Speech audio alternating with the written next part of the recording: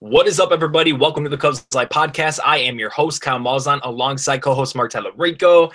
And last week, the Cubs' short season single A minor league affiliate, the Eugene Emeralds, won the Northwestern League Championship, and they won it on something I've never seen before, and I don't think a lot of people have seen something quite like it. And they won on a walk-off balk in the championship game. So I want to welcome in Patrick Zajac, the Emeralds event manager and role play-by-play guy. How's it going, man?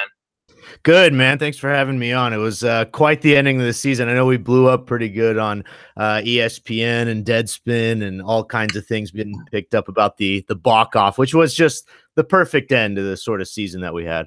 Right, and it's gained a lot of national attention, like you said, ESPN and stuff like that. So what a crazy – so let's talk a little bit about the season for the Emeralds as a whole. For listeners that don't really know the story, the Emeralds actually had the worst record in the regular season for the NWL, going 31-45, and that may be confusing for some people, wondering, well, how do you get to the playoffs with the worst record? But a lot of these summer leagues are kind of different when it comes to the playoffs. So the team with the best record in the first half makes it, along with the best team in the second half. And so this season, the Hillsborough Hops actually, they cruise both halves from what I read, 51-25, and the next best record in the second half, it was the Emeralds who went 17-21 in the second half, which ultimately gave them a shot in the playoffs. And like we were just saying, the rest is history. But Patrick, I want to ask you this: from the beginning of the regular season, when it wasn't looking so hot for the team, to the end of the regular season, what was your mindset as a media guy watching this team every single day and seeing this team, perform day in and day out going into the playoffs? Because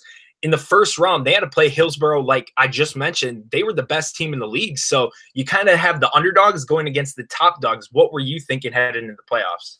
I'll be honest. There's watching this team from day one, even until the last day of the regular season, at no point did I think we would be a playoff team, much less a team that could compete for a title. I mean, that's just plain and simple. Right. It wasn't happening. I mean, we went 14-24 in the first half. I think 10 games back of Hillsborough, who, as you mentioned, they sort of cruised the entire way through there, an Arizona Diamondbacks affiliate. And they've traditionally had a pretty stacked club at the lower levels. But no, at no point did I think that we could get it done, to be honest. I mean, the relievers that we had in the bullpen couldn't throw strikes. Starters were getting knocked around in the second and third innings.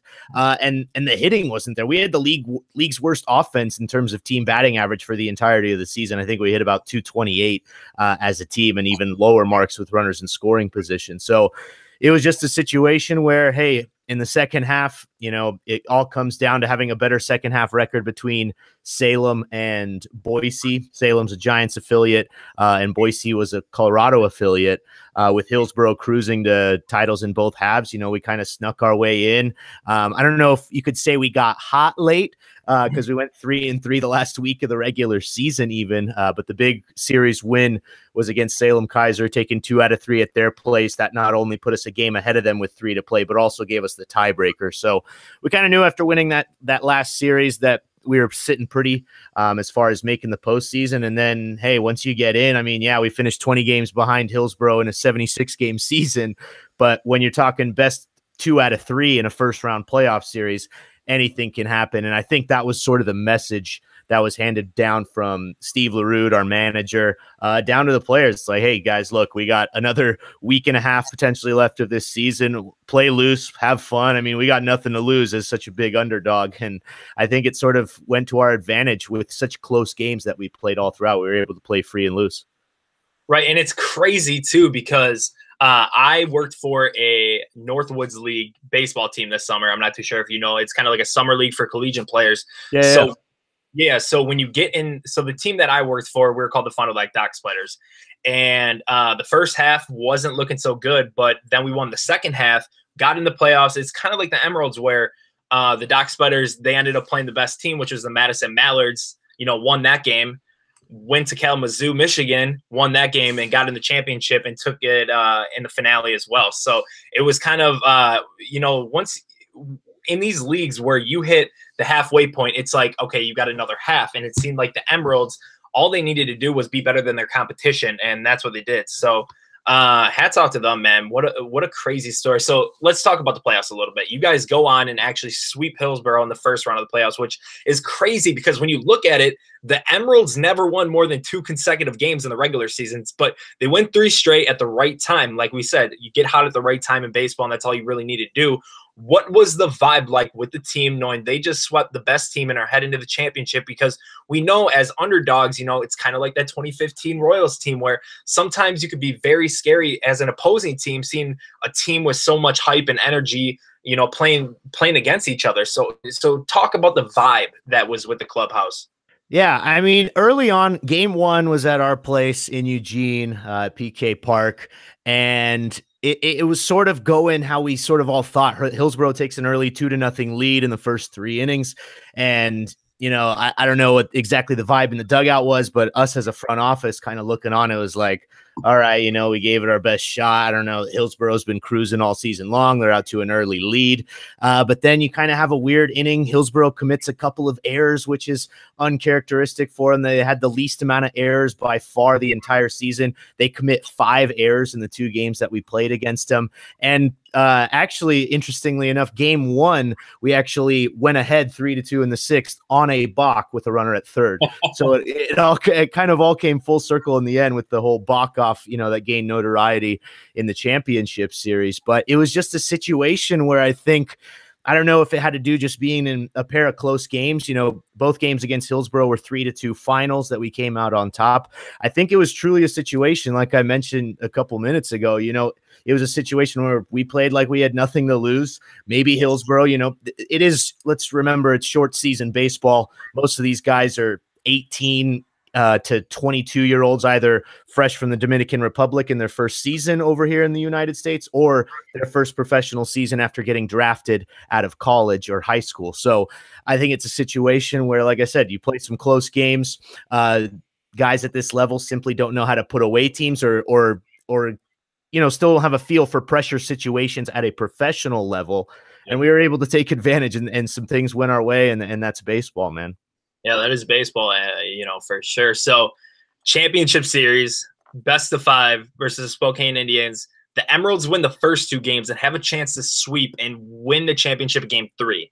Game 3 comes along, tie game, 9th inning, bases loaded, 2 outs, and then the balk happens. Have you ever seen anything quite like it? Because I don't even know what the pitcher was doing, really. It kind of seemed like he got tripped up on the delivery, but the guy on the mound was an all-star. So it's just like such a freak series of events where it's almost like, did that just really happen?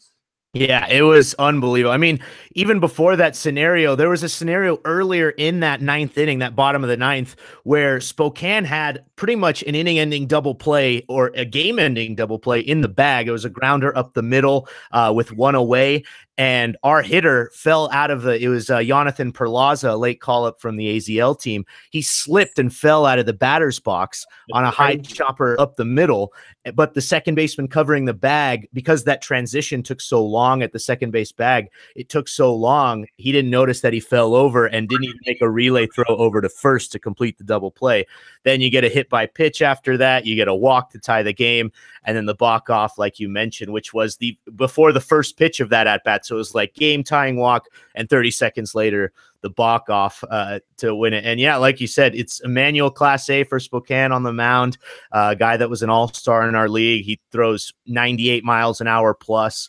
He even touched 100 in that game a couple of times on the radar gun. And it just looked like a scenario where I don't know if he was rattled or what have you after giving up the game tying walk, but sort of loses his balance, drops the baseball. And I think my favorite reaction out of all of that was you immediately in some of the shots see the catcher just put his hands on his over his helmet like that. Like, oh man, did we really just give away a game like that? Well, it's such a crazy finish where I don't even think, you could really predict that ever happening, especially with the circumstances that was happening all around. It's game 3 championship series, and man, it's just kind of crazy. And like you said, it gained national attention, like ESPN, all these blogs were writing about it. And it's crazy it happened in the Cubs organization. Now, how long have you been with the team? This is now just completed my 5th season overall. With okay, so the Emeralds have won 2 championships in 3 years. Pretty remarkable for the organization. It seems like since Theo Epstein kind of really came over for the Cubs organization, each level, it's that winning mentality. So what makes this one, maybe a little different than the one other that happened, I think, in 2016? Yeah, 2016, it was an opposite scenario. We were pretty much from day one all the way into the last day the consensus best team in the league. We won 54 games during the course of that season and actually set a league record for highest winning percentage in a season. So that was a team that sort of cruised. We played a lot of close games in the playoffs. Don't necessarily have any high level guys, or not any guys from that team yet on the Cubs roster. Dylan Cease was actually probably the most notable member of that team, and obviously he was involved in that trade with Jose Quintana, so now he's a member of the White Sox organization. But nonetheless, I mean, it's carbon copies, completely different shift to where you were the frontline winner the entire way in 2016 to now 2018. But as far as the whole Cubs affiliation, I mean, it's been remarkable for us. We've been a Cubs affiliate now for 4 straight years and signed on for another 4 years after this. So it's a nice symbiotic relationship. I think the Cubs enjoy what we got going on and our commitment as a front office to the team and great facilities, and vice versa. The Cubs have put together, albeit it didn't look like it for large stretches of this season, a competitive team. We've been competitive all 4 years, including the last 3 making it to the championship. So it's been awesome being a Cubs affiliate, and I hope it continues. It's tough because, right, you're supplementing so much of the major league talent at the expense of everything throughout the minor leagues. And I think outside of the Arizona League team, we were the only team to make the playoffs across the entire Cubs minor league ladder. So it comes at a price, sure, when the major league team is so talented, but at the same time, I mean, for us, it's been nothing short of amazing. Right. And then this year, I mean, being the underdogs and now actually winning the championship, it's got to be a little sweeter. So inside scoop, do you get a ring? Yeah. Oh, yeah. Oh, yeah. Awesome, dude. Awesome. That's awesome. So let's talk a little bit about the players for the Emeralds, because you guys did have some nice pieces on your roster, and you did see a little bit of Nico Horner, the Cubs' first-round draft pick from this season. He played 7 games with you guys. Saw you hit a homer, 5 walks, 2 RBIs, OBP of on-base percentage of almost 500. So, I mean, it's small sample size, but yet again, he was contributing right away after just getting drafted. So, who are some guys that really stood out for you maybe this year, and maybe some that Cubs fans that maybe aren't familiar with the minor league affiliate, that if they're listening, they could, hear you talk about and maybe implement in their mind? Yeah, I wish the Cubs kind of take an approach with the lower levels of their minors. They like to move their high round draft choices up really quickly up the ladder. So it's unfortunate for us because a guy like Nico Horner only sticks around for a week or so before they get the call up to South Bend or Myrtle Beach. Whereas different organizations, for instance, like the Diamondbacks and the Rangers in our league, sort of keep those prospects longer. In any case, Nico Horner was clearly too talented for this league. I mean, I always joke that in this league, traveling on the road with the team, we see a lot of first and second round draft picks. And some of those guys, you can just tell that they're a step above everyone else on the field. Nico Horner was one of those guys, advanced approach at the plate. Just one of those high contact, you get on base type of guys that it looks like the Cubs are sort of transitioning to taking with in terms of their bats right from the draft. We had Luke Reynolds come through, and he was a key cog in our lineup. He was the Cubs' 10th round draft choice this past June. Really liked his approach at the plate. Guy who takes a lot of pitches, has a good knowledge of the strike zone, and simply a high contact gap to gap type hitter. I don't know how much power he'll hit for, but at Southern Miss, he absolutely raked. He was Conference USA Player of the Year this past collegiate season. Another guy for us to keep in mind, Nelson Velazquez was with us from day one all the way through the end. I believe he started on MLB.com as the Cubs' number 9 prospect and then dropped to the early 20s, I believe. I think he finished at number 22, something like that. He started off really slowly. I think he was striking out a ton, hitting only about 210, and then turned it on late. He had a stretch where last week or so of the season, he had a string of 8 straight games with an extra base hit. I think you could tell things sort of clicked as he got a little bit more comfortable playing every single day. This is a guy that never really played. He had a short stint in South Bend last year. But Nelson Velazquez, still just 19 years of age, and he is a dude, absolutely yoked. I think he's about 6'3", 220 or 215, if I had to guess. Same thing with Jonathan Sierra, another outfielder that we have, another young guy, just 19 years old, and was a key cog in the middle of our lineup. So those are sort of the three bats that I liked on this squad that I think could be future big leaguers. And another name sort of under the radar was Grant Fennell. Now, I don't know how many Cubs fans. I know a lot of you guys are really in tune with the entire minor league system, but Right. Grant Fennell was a guy that was undrafted out of the University of Nevada, and despite being 15th nationally in batting average and winning the Conference Player of the Year, somehow goes undrafted. Our manager Steve LaRude is from the same city as Fennell and told Cubs coordinators that they had a catcher for him. Specifically, he was talking to the catching coordinator. Hey, work this guy out. I think you like him at catcher, knowing full well he wasn't a catcher. So after the tryout in Arizona, coordinator calls up Steve LaRude and says, hey, man, what are you talking about? This kid's not a catcher whatsoever. And LaRude just asks the guy, but yeah, how was he during his hitting portion? He's like, oh, he was absolutely phenomenal. Cubs sign him. He tears up the Arizona League, and he does pretty well with us, hitting mainly either in the top spot or middle of the order. So awesome story there. Right. And when I was looking through the roster, that's a name that really stuck out for me, just to kind of rattle off his stats: 41 games, 4 homers, 21 RBIs, 281 batting average, and slugged over 430. So just like you said, an crazy story right there. But also a guy that I had on my list was, I don't know if I'm saying it right, Steven Riddens. Steven Ridings. Ridings. Okay, yeah. I mean, he had 44 strikeouts and 34 innings pitched. So it seemed like even though the ERA maybe wasn't there, it seemed like he has the stuff to potentially be a big leaguer someday. Yeah, absolutely. You know, he's a tall dude. I think he's listed at 6'7". Doesn't throw particularly hard. I mean, he'll still sit in the low 90s, sometimes top out 93, 94. But when you're 6'7" and you take that long of a stride, it comes up on you pretty quick. So it can seem like a fastball that's in the upper 90s. He did struggle with his command a lot. And that was his main issue this year, especially in pressure situations. A lot of full count at bats that I remember consecutively in a row. So it's just a case where if the Cubs are able to hone in and work on his command, especially with that fastball that he has, and he has a pretty good sweeping slider to combo that. Definitely a guy to get excited for if he gets it all put together. But certainly, you know, a very toolsy, projectable type arm. Right, and I think at a big league, level, I think the Cubs are seeing that with Dylan Maples. Has all this stuff, especially with that slider, changeup, curveball, whatever he throws. I mean, it's all about the command for him. And if you're not commanding your pitches, you're going to be wild every single time. So I know Mark had some questions about you just about the developmental side of a player in single A short class. So Mark. Yeah.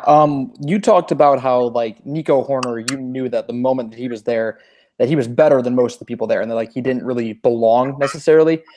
Are there any people that like they're just kind of guys, like you were talking about the person that was undrafted, that you see them develop and they get so much better and they keep on advancing through the leagues? Have there been any players that like you didn't expect to, but they made a pretty good jump, and I don't know if they made it to the majors, but AA, AAA made their way through the minors at all? Yeah, I mean, there's certainly a lot of that. You got a guy that we had a couple years ago, actually, Adbert Alzolay, who turns into the Cubs' #1 prospect for a large portion of the season. When he was with us in 2015, definitely looking at him, I didn't see him as sort of this guy that would be rising through the ranks really quickly. Struggled a lot with his command, but that's the issue with our level of baseball, is that really every pitcher has some sort of command issues, because if they had their top level stuff combined with command, they wouldn't be in our league. They'd be moving up to the higher levels. So Alzolay was definitely the one that comes to mind rather quickly. Then you got guys like Eloy Jimenez and Dylan Cease, who I know are both with the White Sox, but guys that, like I said, you can tell right from the get-go at our level of baseball.